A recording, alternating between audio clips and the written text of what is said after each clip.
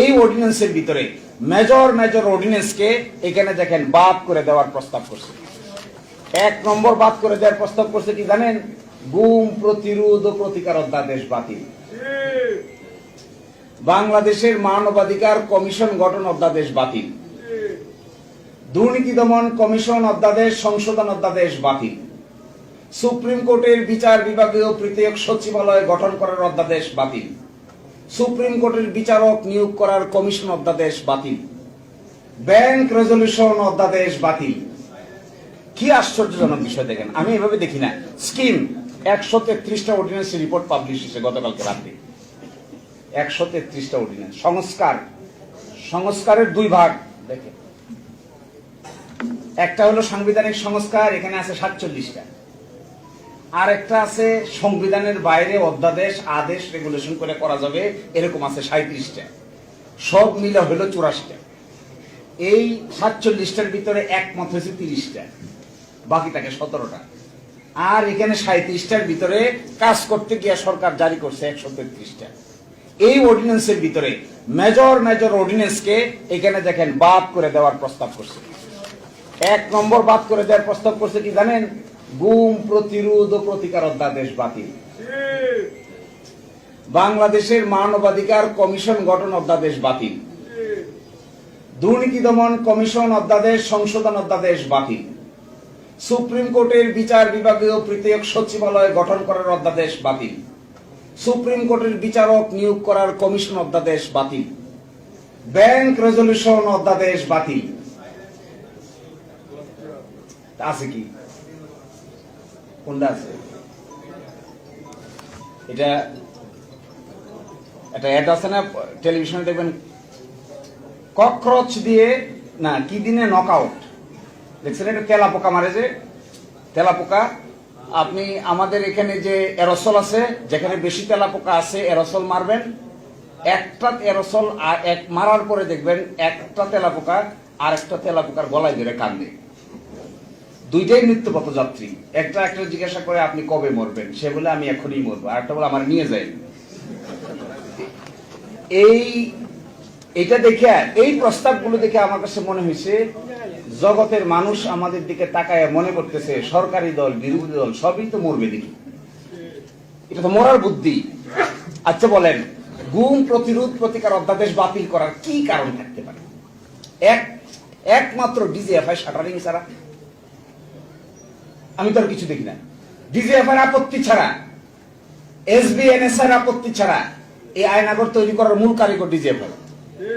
এই ডিজিএফআই এর আপত্তি ছাড়া শহীদুল আলম ভাইকে নিয়ে দইরা মাইরা পিটাইয়া কেন এই কথা বললো, কেন ওই কথা বললো না, কেন পক্ষে বিপক্ষে এই কথা বললো, অমুকের মতামত দিল, এই জন্য শহীদুল আলম ভাই কই ছিল আমরা সবাই জানি।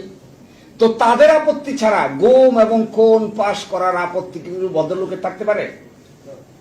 তো গুম চাই আমরা? আমার তো মনে হয় না আপনারা কেউ গুমের পক্ষে। তো এটা কেন বাদ দিতে হবে? মানবাধিকার কমিশন অধ্যাদেশ কেন বাদ দিতে হবে? মানবাধিকার কমিশনের যিনি চেয়ারম্যান বলা হয়েছে, তাকে যে অ্যাপয়েন্টমেন্ট দেওয়া হবে এটা হবে একটা সার্চ কমিটির মাধ্যমে। প্রাইম মিনিস্টার চাইলে নিয়োগ দিতে পারবে না, চাইলে বাদও দিতে পারবে। বাদ দিতে গেলে একটা সুপ্রিম জুডিশিয়াল কাউন্সিলের সিস্টেম করে বাদ দিতে হবে।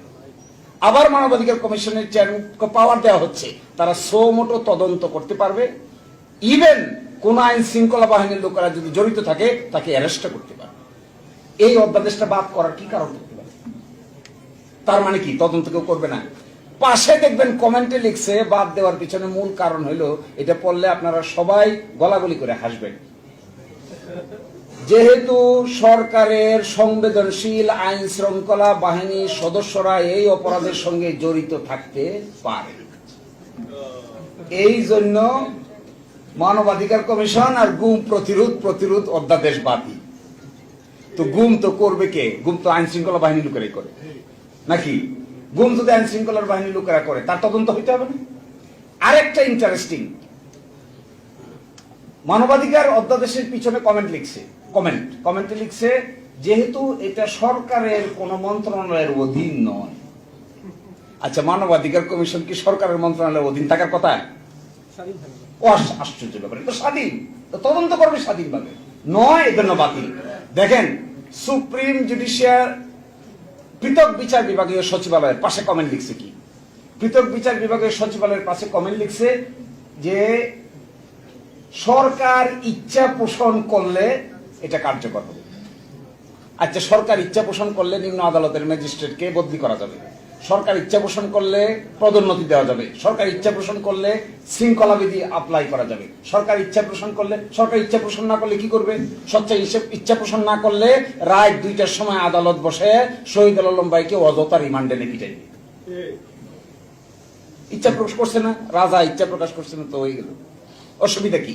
এর মানে কনক্লুশনটা আমি কেন বলতে চাচ্ছি, এর মানে হলো শুধু জুলাই সনদ না, এই সরকারের কর্মকাণ্ডের ভিতরে এন্টায়ারলি সংস্কার কর্মকাণ্ডের বিরোধিতা করে একটা শক্ত অবস্থান তারা নিয়েছে। যখন ঐকমত্য কমিশন আলোচনা হয়েছিল তখন আর্গুমেন্ট ছিল যে আমরা কেন এটা করব, এক একজন এক একটা বলছে। সর্বসম্মতিক্রমে ব্যাখ্যা ছিল যে এটা এই জন্য করতে হবে কারণ ক্ষমতাটা এত সেন্ট্রালাইজ, এক ব্যক্তির হাতে এত ক্ষমতা, এইটা যদি বিভিন্ন ব্যক্তিবর্গের কাছে ডিস্ট্রিবিউট করে দেওয়া না হয় তাহলে কোনোদিনই কোন সরকারের পক্ষেই এত ক্ষমতার মালিক হয়ে স্বাধীনভাবে আইনসম্মতভাবে কাজ না করে ডিক্টেটোরিয়াল মেন্টালিটি ডেভেলপ করতে বাধ্য হবে। তখন বলা হলো তাহলে কি করা দরকার? রাষ্ট্রপতি এবং প্রধানমন্ত্রীর ভারসাম্য। তো রাষ্ট্রপতি প্রধানমন্ত্রীর ভারসাম্য করা হয়েছে। এখানে ভারসাম্য করা হয়েছে যতগুলো সাংবিধানিক প্রতিষ্ঠান আছে, যেমন ধরেন সাংবিধানিক প্রতিষ্ঠান কি? Supreme court, chief controller auditor general, CEC নির্বাচন কমিশন, ওদিকে আছে পিএসসি পাবলিক সার্ভিস কমিশন।